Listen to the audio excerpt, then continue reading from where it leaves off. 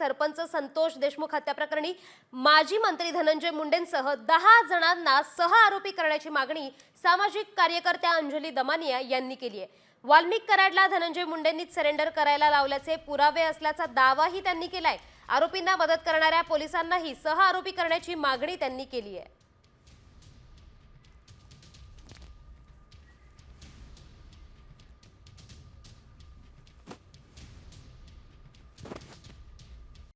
Comscore नुसार आता isakal.com आहे देशातील नंबर 1 ची मराठी न्यूज वेबसाईट। प्रत्येक अपडेटसाठी isakal.com ला नक्की भेट द्या।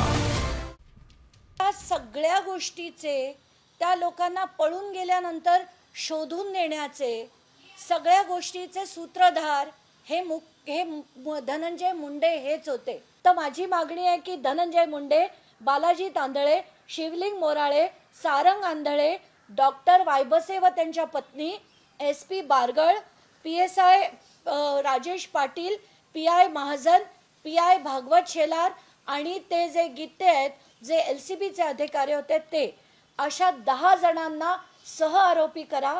त्यांची सगळ्यांची स्टेटमेंट्स घ्या।